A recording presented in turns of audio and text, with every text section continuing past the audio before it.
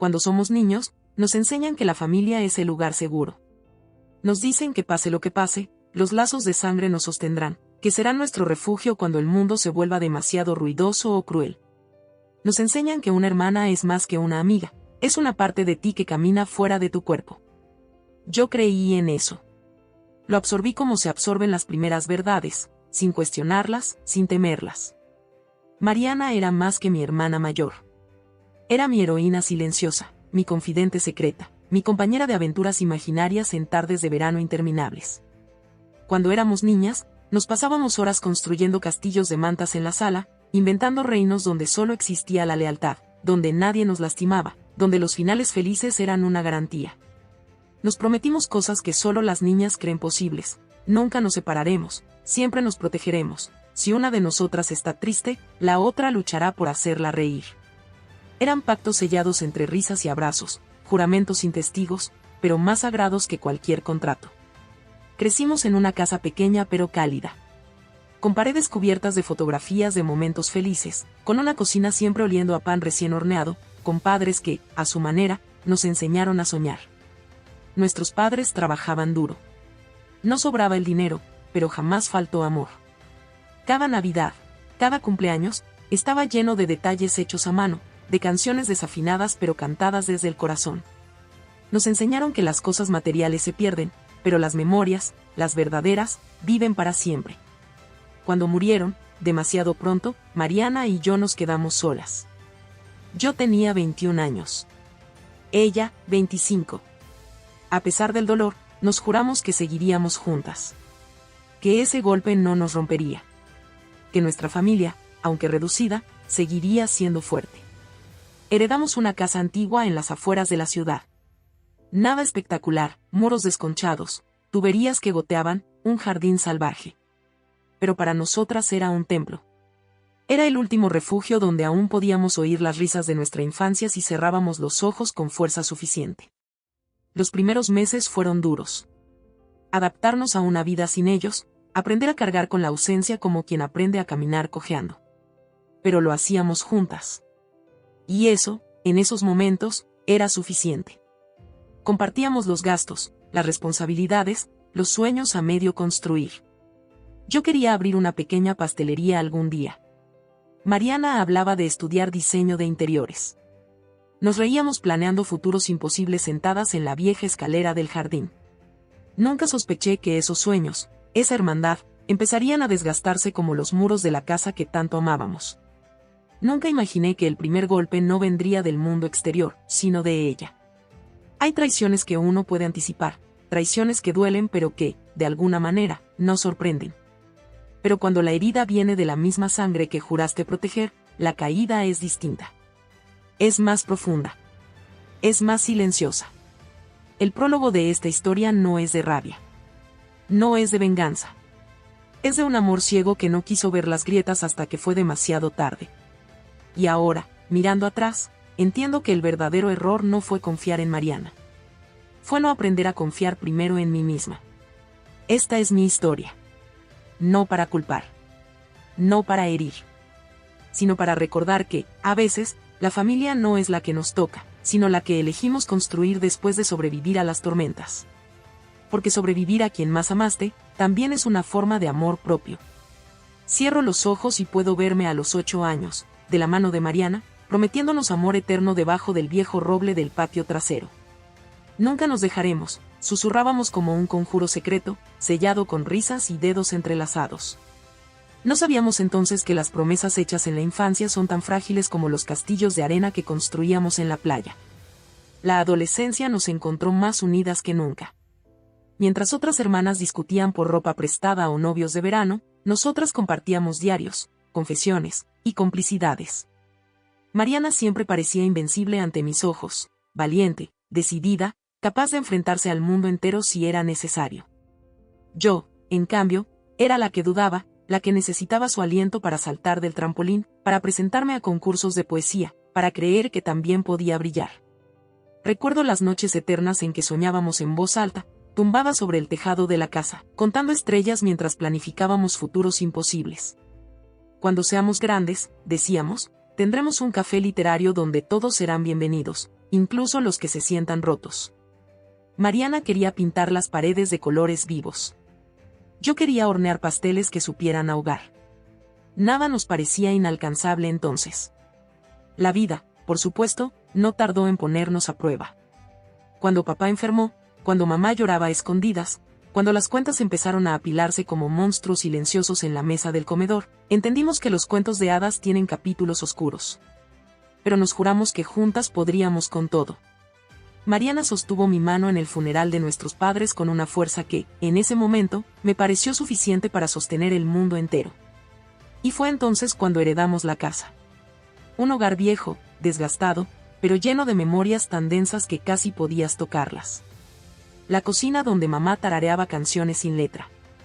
El sillón donde papá leía cuentos mal pronunciados pero con todo el amor del mundo. La escalera donde Mariana me enseñó a atarme los zapatos. Cada grieta en la pared era una historia. Cada mancha de humedad, una prueba de que habíamos vivido, amado, resistido. Decidimos quedarnos allí. No porque fuera lo más inteligente. No porque fuera lo más fácil. Sino porque, en el fondo, ambas necesitábamos aferrarnos a algo que no cambiara.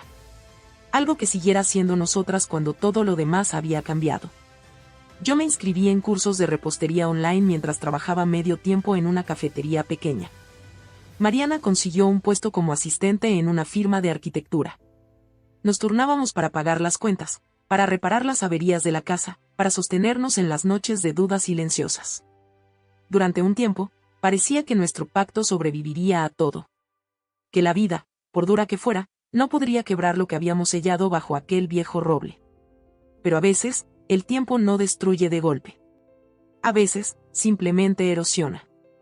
Pequeñas diferencias comenzaron a aparecer. Mariana quería modernizar la casa, vender antigüedades, liberarnos del pasado, como decía.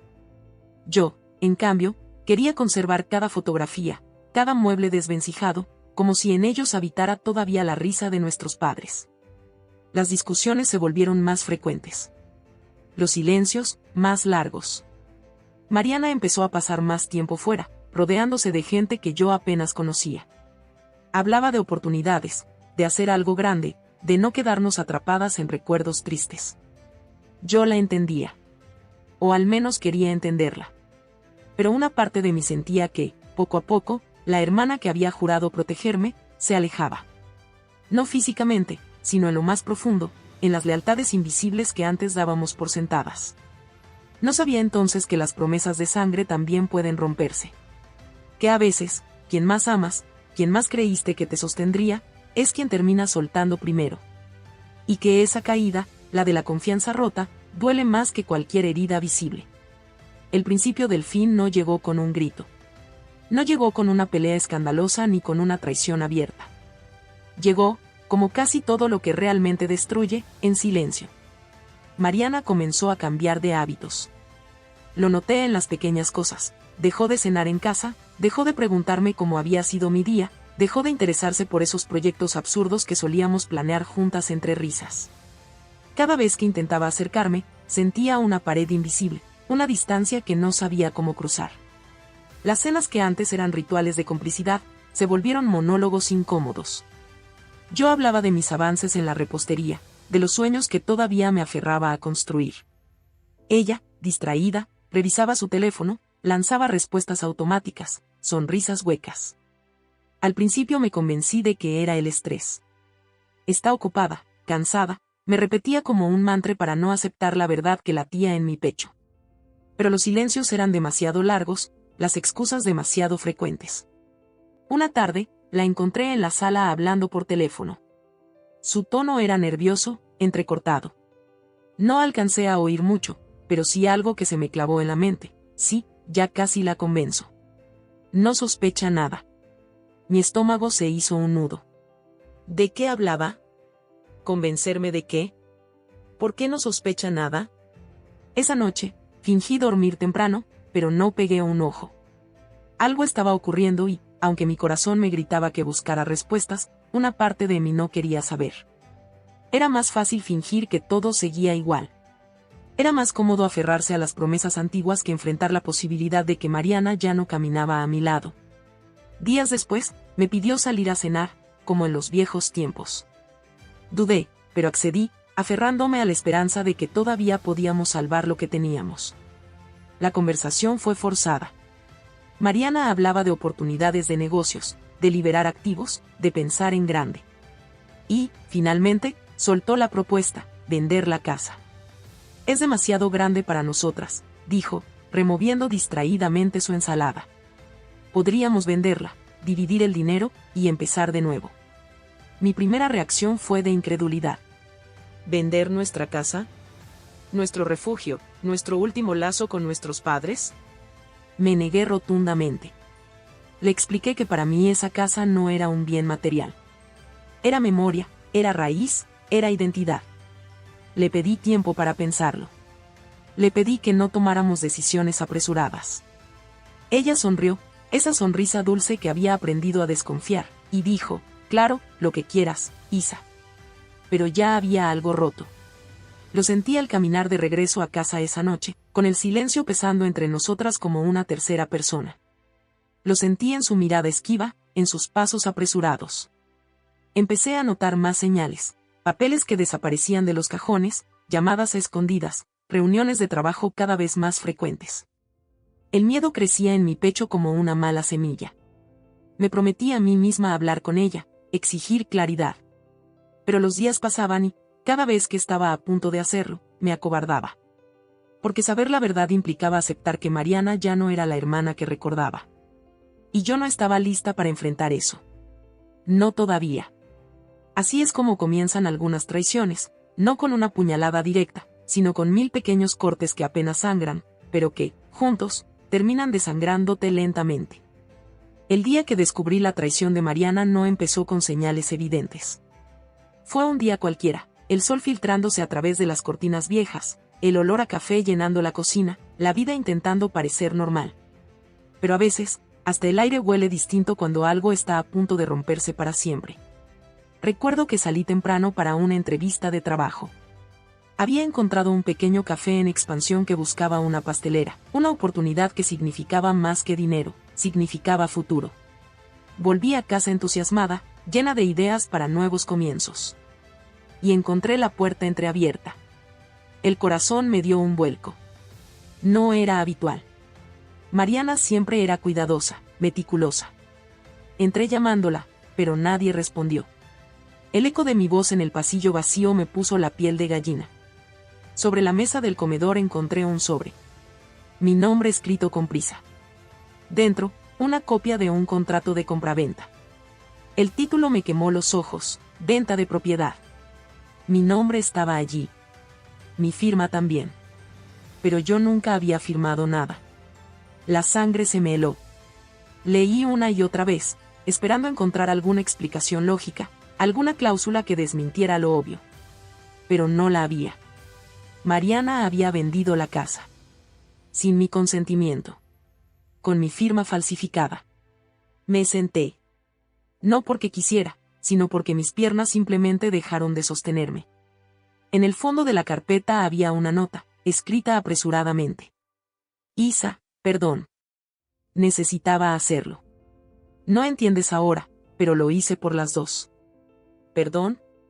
¿Por las dos? ¿Cómo se puede justificar robarle a alguien su hogar, su historia, su lugar en el mundo? Me invadió una rabia fría, una incredulidad densa.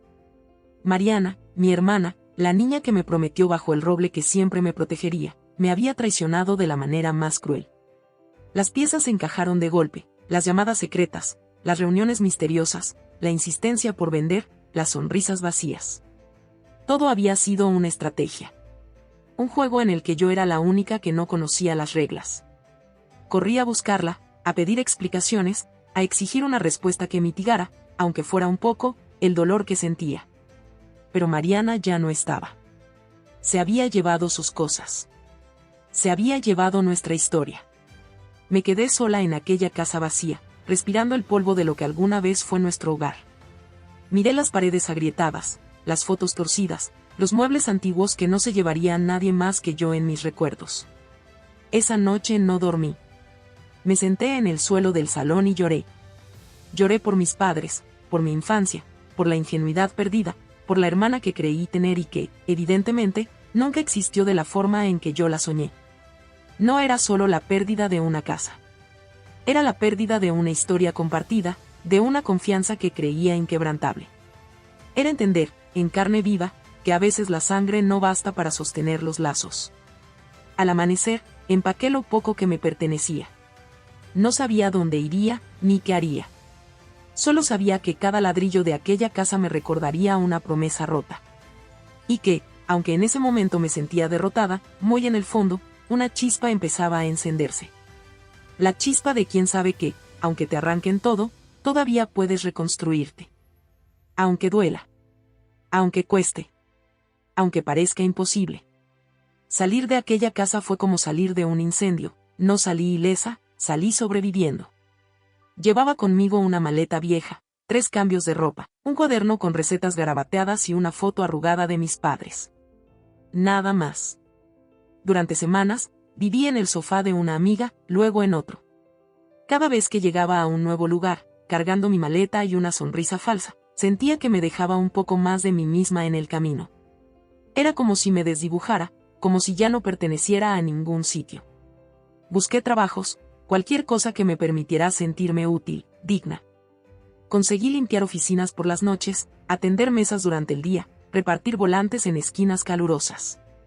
El cansancio era brutal, pero el vacío en el pecho era peor. Hubo noches en las que pensé en rendirme. No en un sentido dramático, sino en esa forma silenciosa en la que uno simplemente deja de luchar.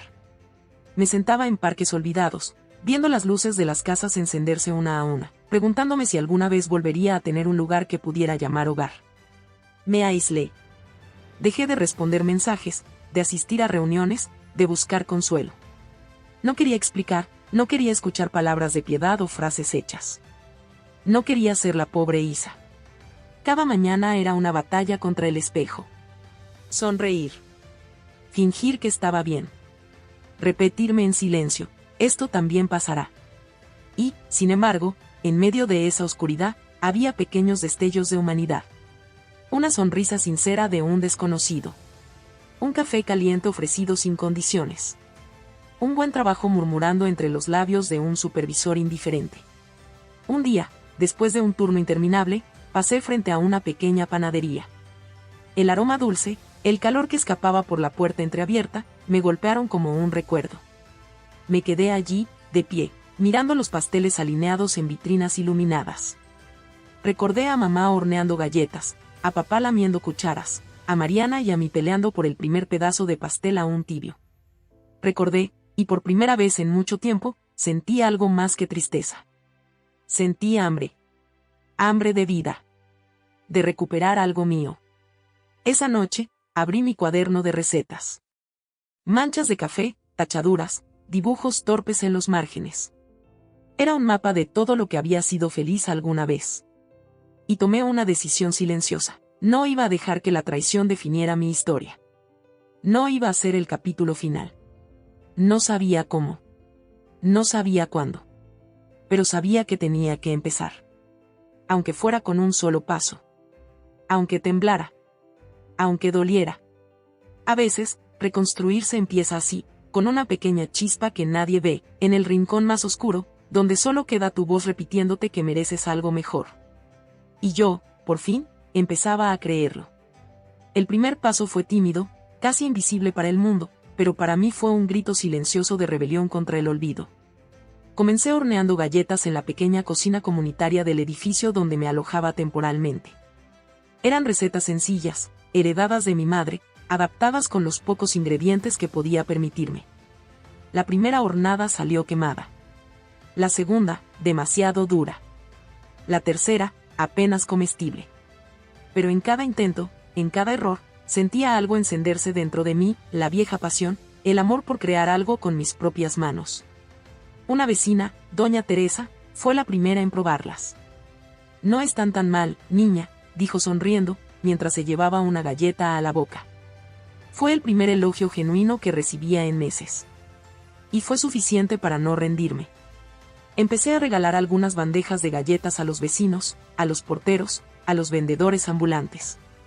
No buscaba nada a cambio, Solo necesitaba sentir que todavía podía aportar algo al mundo, aunque fuera un pequeño pedazo de dulzura en medio de tanto amargor. Un día, uno de los vecinos me preguntó si podía encargarme unas docenas para un cumpleaños.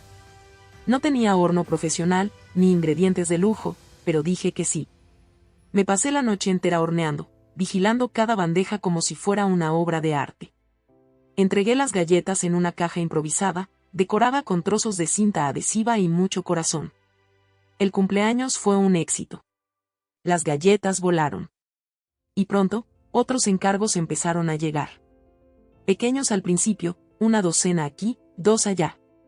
Pagos modestos, pero que para mí significaban algo más grande que el dinero, significaban esperanza. Con los primeros ingresos, compré mejores ingredientes. Harina de verdad, mantequilla fresca, esencia de vainilla auténtica. Cada compra era una inversión en mi dignidad, en mi reconstrucción silenciosa. Trabajaba de noche en la limpieza, y de día en mi pequeño negocio improvisado. Dormía poco, comía peor, pero el alma empezaba a llenarse de algo que había olvidado: propósito. Soñaba despierta con tener un local propio. Con vitrinas llenas de colores, con el aroma del pan recién horneado invadiendo la calle, con clientes que no solo compraran un pastel, sino un trozo de historia, un testimonio de que incluso de la tierra más árida puede brotar vida. Una tarde, sentada en el parque con una libreta vieja y un café frío entre las manos, hice algo que no hacía desde la muerte de mis padres: hice planes a largo plazo. No eran castillos en el aire. Eran pasos pequeños, concretos: ahorrar, aprender, crecer. Ya no soñaba con que alguien viniera a salvarme. Ya no esperaba que Mariana regresara pidiendo perdón. Mi salvación, entendí, siempre había estado en mis propias manos, aunque tardara en verlo. Esa noche, mientras empaquetaba un pedido de galletas para un bautizo, entendí que no estaba horneando dulces. Estaba horneando mi propia redención. Cada pastel, cada cookie, cada sonrisa que provocaban era una semilla. Semillas plantadas en la tierra árida de mi dolor. Semillas que, poco a poco, comenzarían a florecer. Los meses siguientes fueron una prueba constante de resistencia. Cada semana lograba ahorrar unas pocas monedas. Cada encargo cumplido, cada sonrisa de un cliente satisfecho, era un ladrillo más en la construcción de mi nueva vida. Poco a poco, el rumor de las mejores galletas del barrio empezó a extenderse. La gente no venía solo por el sabor. Venía por algo más, por la calidez, por la sensación de hogar que, sin saberlo, yo horneaba en cada bandeja. Una mañana, mientras repartía una caja en una cafetería local, el dueño me preguntó si estaría interesada en vender mis productos de manera fija. Casi no pude contener las lágrimas. No era solo una oportunidad, era una validación. Era la prueba tangible de que lo que hacía tenía valor, que no había luchado en vano. Acepté sin dudarlo. Y a partir de entonces, pasé a formar parte del pequeño escaparate del café. Mis galletas, mis pasteles, mis tartaletas, se alineaban orgullosos junto a grandes nombres de la repostería. Y, a veces, cuando entraba un cliente nuevo y señalaba uno de mis productos, sentía que algo dentro de mí se reparaba. Invertí lo poco que ganaba en mejorar: cursos online de repostería, mejores herramientas, ingredientes de calidad. Mi vida seguía siendo modesta, pero ahora cada sacrificio tenía un propósito claro. Y eso hacía toda la diferencia. Una tarde, un periódico local publicó un artículo sobre emprendedores que transformaban su dolor en esperanza. Para mi sorpresa, mi historia fue una de las destacadas. No mencionaron nombres ni detalles, pero describieron a una joven que, tras perderlo todo, construyó un negocio desde la cocina comunitaria de su barrio. Esa noche, mientras leía el artículo una y otra vez, comprendí algo importante: mi historia ya no era solo mía. Era una chispa. Una posibilidad para otros. Una prueba silenciosa de que, incluso desde las ruinas, se puede renacer. Empecé a recibir mensajes de personas que querían hacer pedidos más grandes: bodas, bautizos, aniversarios. Mi cuaderno de recetas, antaño lleno de tachaduras y manchas, ahora era un mapa de sueños cumplidos. Compré, con ahorros sudados y noches de desvelo, mi primer horno semi-industrial. No cabía en la pequeña cocina donde todo había empezado, pero tampoco cabía ya mi alma en la versión rota que había sido. Cada vez que encendía ese horno, era como encender una nueva etapa. Cada pastel que salía dorado, Cada galleta que se rompía con el crujido perfecto, era una victoria sobre el abandono, sobre el dolor, sobre el miedo.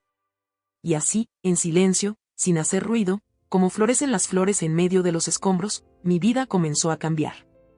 Ya no era la mujer que Mariana había dejado atrás. Era algo nuevo. Algo mejor.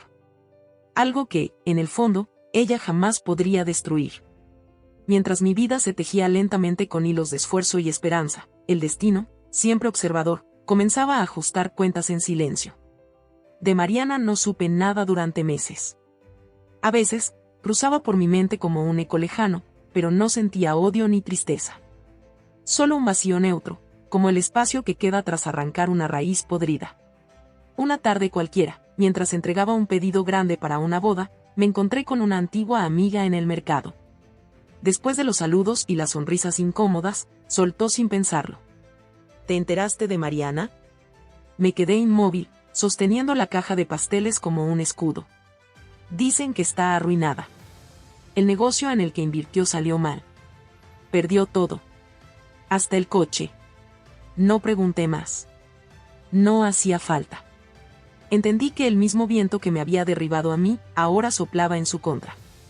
Días después, mientras organizaba una feria de repostería junto con otros emprendedores, la vi. Mariana. Al otro lado de la calle. Caminando con prisa, la ropa arrugada, la mirada perdida. Nuestros ojos se cruzaron fugazmente. No hubo gestos, ni palabras. Solo un instante suspendido en el que supe que me había reconocido. Y vi en su rostro algo que no esperaba: vergüenza. No me alegré. No sentí triunfo. Sentí una profunda, serena indiferencia. Seguí caminando. No porque quisiera ignorarla, sino porque, finalmente, su historia ya no formaba parte de la mía. El karma no siempre ruge. A veces susurra. A veces simplemente acomoda las piezas, permitiendo que cada quien coseche exactamente lo que sembró. Yo había sembrado lucha, trabajo honesto, fe silenciosa. Mariana había sembrado engaño y ambición vacía. El giro del destino no era una venganza. Era justicia natural. Y en esa justicia, yo encontré algo más valioso que cualquier revancha: encontré mi paz. El verdadero triunfo no vino de abrir una cafetería propia, aunque eventualmente lo hice, ni de ver mi nombre en pequeños artículos locales. Tampoco vino del dinero, que comenzó a llegar, poco a poco, como resultado natural del esfuerzo. Vino de algo mucho más profundo: recuperar la capacidad de confiar en mí misma. Mi café, Raíces Dulces, abrió sus puertas un otoño templado. Era pequeño, con paredes color crema y mesas de madera reciclada. Cada detalle había sido elegido con amor: las tazas imperfectas de cerámica, los cuadros hechos por artistas locales, los libros de recetas antiguas en los estantes. Era mi santuario. Mi declaración silenciosa de que, incluso desde las ruinas, puede surgir algo hermoso. La clientela fue creciendo de forma natural. Vecinos, turistas, parejas que encontraban en mi rincón un pedazo de hogar. Cada café servido, cada pastel vendido, era un poema sin palabras dedicado a la versión de mí misma que se negó a rendirse. Algunas noches cerraba el local, apagaba las luces, y me sentaba sola en una de las mesas, respirando profundamente el aroma persistente de la vainilla y la canela. En esos momentos de silencio, entendía que había sanado. Que ya no quedaba rencor, ni dolor, solo gratitud. Gratitud hacia la niña que una vez creyó en promesas rotas. Gratitud hacia la joven que lloró en el suelo de una casa vacía. Gratitud hacia la mujer que, contra todo pronóstico, decidió reconstruirse. Un día, mientras acomodaba unas tartaletas en el escaparate, una clienta nueva se acercó. Tenía una sonrisa amable y ojos curiosos. «Se siente, pasa aquí», comentó. Como si todo hubiera sido creado para sanar corazones cansados. Sonrí. Porque ella no sabía que, en efecto, eso era Raíces Dulces. No solo un café. Era un refugio. Un monumento silencioso a la resistencia, a la fe, a la posibilidad infinita de empezar de nuevo. Esa noche, al cerrar, coloqué un letrero nuevo junto a la puerta, sencillo y pequeño. Decía: «Donde el amor propio florece». Y supe, con una certeza tranquila, que finalmente había llegado a casa.